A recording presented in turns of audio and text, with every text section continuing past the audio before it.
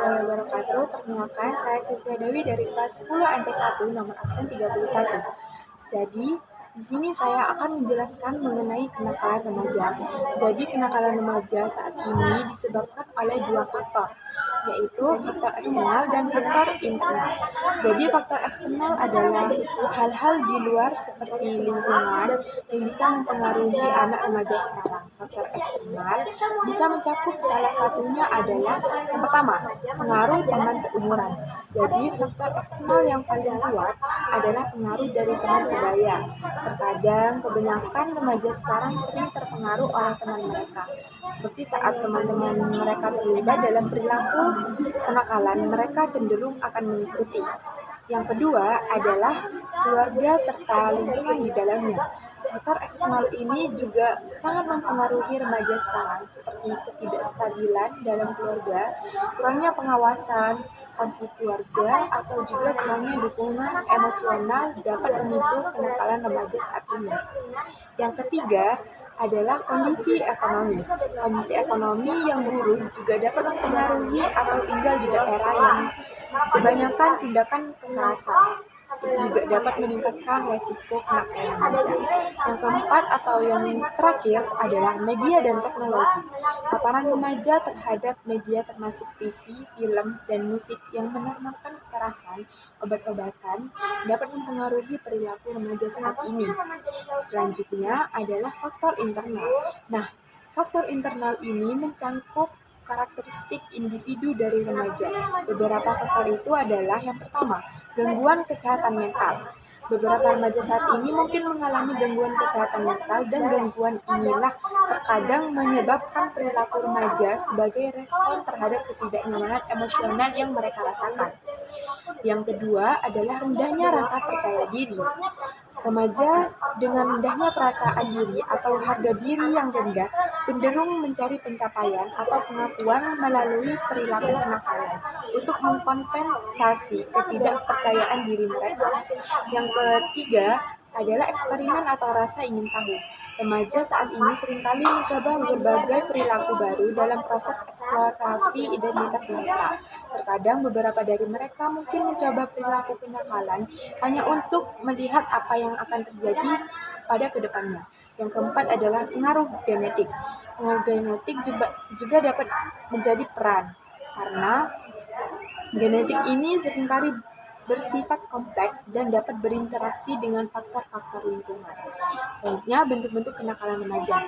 Ada dua bentuk tipe, yaitu kenakalan remaja yang melanggar hukum, merupakan tipe kenakalan yang memungkinkan besar dapat mengganggu kualitas hidup dan masa depan remaja.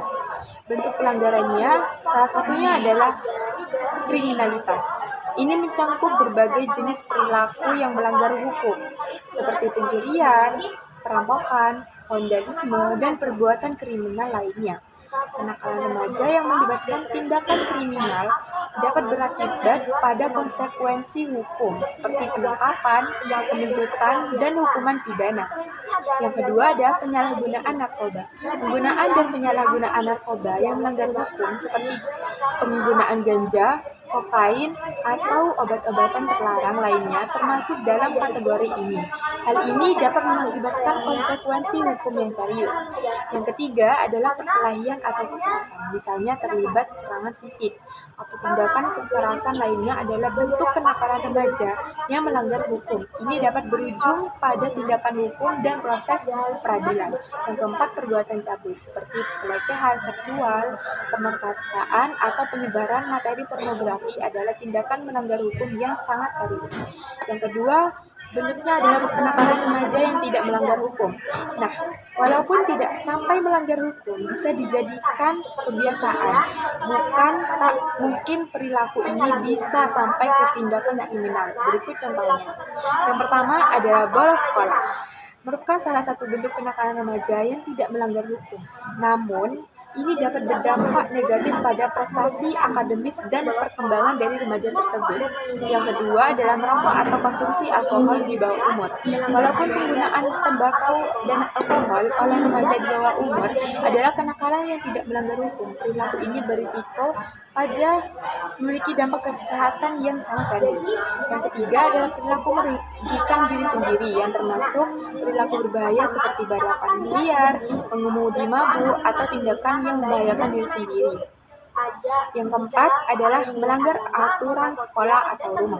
Ini mencangkup perilaku seperti pelanggaran peraturan sekolah dan rumah tanpa melibatkan pelanggaran hukum. Contohnya, tidak menolak mematuhi jam malam, mengabaikan tugas sekolah, atau penggunaan gadget secara berlebihan. Masa remaja merupakan masa di mana anak sedang mencari jati diri mereka, sehingga peran orang tua sangat penting untuk membimbing dan mendampingi mereka agar tidak salah arah. Nah, berikut beberapa cara untuk mencegah kenakalan remaja yang bisa dilakukan oleh orang tua.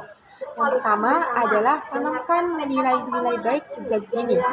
Tidak hanya kemampuannya pada akademis, orang tua juga perlu memperhatikan perkembangan karakter dan spiritualitas anak. Ajarkan pada anak mengenai nilai-nilai agama dan norma yang baik sedari kecil. Contohnya seperti sopan santun, tolong menolong, dan menghargai, tidak melakukan kekerasan atau merugikan orang lain, dan lain sebagainya. Yang kedua adalah memberitahu konsekuensinya. Memberi hukuman fisik yang keras bukan cara yang tepat dalam mengatasi kenakalan remaja.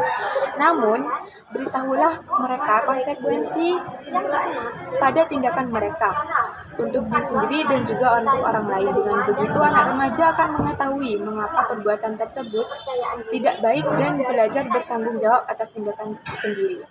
3. Jaga komunikasi antara orang tua. Anak remaja, usahakanlah untuk memiliki waktu berkualitas bersama. Entah itu sekedar menonton film bersama, makan malam bersama, dan lain-lain. Dengan begitu, orang tua bisa membangun hubungan yang dekat dengan anak, sehingga ibu dan ayah bisa memahami anak lebih dekat, serta mengetahui perasaan ataupun permasalahan yang sedang dirasakan anak. Yang keempat, dorong anak untuk mengikuti kegiatan positif. Tidak hanya baik untuk perkembangan kemampuan anak, melakukan kegiatan positif seperti olahraga, hobi, beraktivitas keagamaan, dan lain-lain. Juga bisa menghindarkan anak dari lingkungan pergaulan yang buruk. Yang kelima adalah bersikap tegas.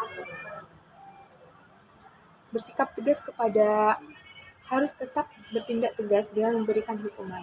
Menindaklanjuti perilaku anak dengan hukuman yang ibu tetapkan akan membantu anak remaja saat ini memahami bahwa mereka tidak bisa lolos dari konsekuensi akibat perilaku buruk dan perbuatan salah mereka. Berilah hukuman yang sewajarnya sambil memberitahu harapan ibu agar mereka bisa memperbaiki perilakunya tersebut. Yang keenam adalah memberi dukungan emosional. Remaja membutuhkan dukungan emosional yang kuat. Pastinya, mereka merasa dicintai dan diterima tanpa syarat dengan memberikan keamanan emosional. Remaja membutuhkan dukungan emosional yang kuat. Pastikan mereka merasa dicintai, diterima tanpa syarat. Dengan memberikan keamanan emosional, mereka mungkin lebih cenderung mencari bimbingan daripada melakukan kenakalan. Terakhir adalah membuka ruang konseling dan dukungan profesional jika perilaku kenakalan remaja sudah menjadi masalah yang serius. Pertimbangkan untuk mencari bantuan dari konselor atau profesional kesehatan mental. Konseling dapat membantu remaja dalam mengatasi masalah pribadi yang mungkin menyebabkan kenakalan. Jangan ragu untuk melakukan konsultasi dengan psikolog mengenai perilaku remaja agar dapat diatasi dengan baik. Sekian dari saya, kurang lebihnya mohon maaf. Wassalamualaikum warahmatullahi wabarakatuh.